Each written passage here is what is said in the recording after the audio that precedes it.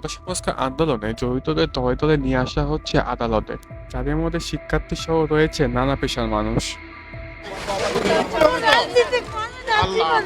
আটক করা বাবাকে এভাবে জড়িয়ে ধরে কাঁদছে মেয়ে ও তার মা।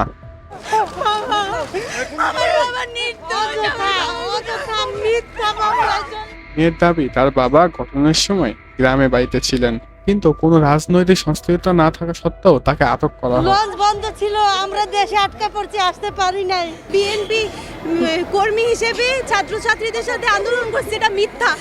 এটার প্রমাণ করতে আমার বাবাকে রিমান্ডে নিবে। প্লিজ আমাদেরকে বাঁচান প্লিজ, আমি আপনাদের কাছে হাত জোড় করি। শেরেবাংলা কলেজের প্রথম বর্ষের শিক্ষার্থী শেখ ফরিদের মায়ের এরকমই এখন নানা মানুষ আদালতে ঘুরছে। বেশিরভাগকে ধরে নিয়ে আসা হয়েছে কোটাবিরোধী আন্দোলনে সহিংসতায় জড়িত থাকার কারণে। আমার স্বামী রিক্সা চালায়, আমি বাসায় কাজ করি।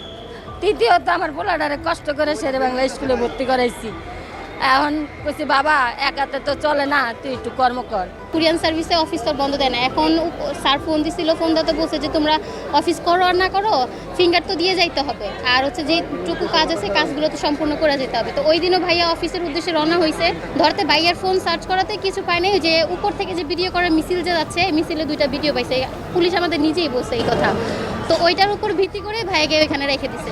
শেখ ফরিদ তার বাবা রিক্সা চালক, আমি তার কাছ থেকে কোনো টাকা পয়সাও নেই মানবিক গুণ বিবেচনা করে এই শেখ একজন ছাত্রের জন্য আমি। তবে পাবলিক প্রসিকিউটর আব্দুল্লাহ আবুর দাবি, যাদেরকে ধরে নিয়ে আসা হয়েছে তাদের বিরুদ্ধে সঠিক প্রমাণ রয়েছে, এই জন্য তাদেরকে ধরে নিয়ে আসা হয়েছে। আর এখানে যাদের গ্রেপ্তার করছে তাদের তথ্যপত্রের মাধ্যমে, কারণ মামলাগুলো তদন্ত আছে, তদন্ত চলছে, তো তাদের তথ্যপত্রের মাধ্যমে এবং ভিডিও ফুটেজের মাধ্যমে এবং এর খোঁজ খবর নিয়েই কিন্তু সম্পৃক্ততা পেয়েছে বলেই তাদেরকে গ্রেপ্তার করছে। নিরপরাধ কাউকে গ্রেফতার করা হলে আইনি প্রক্রিয়ায় বের হয়ে আসবেন তিনি, এ কথাও জানান তিনি।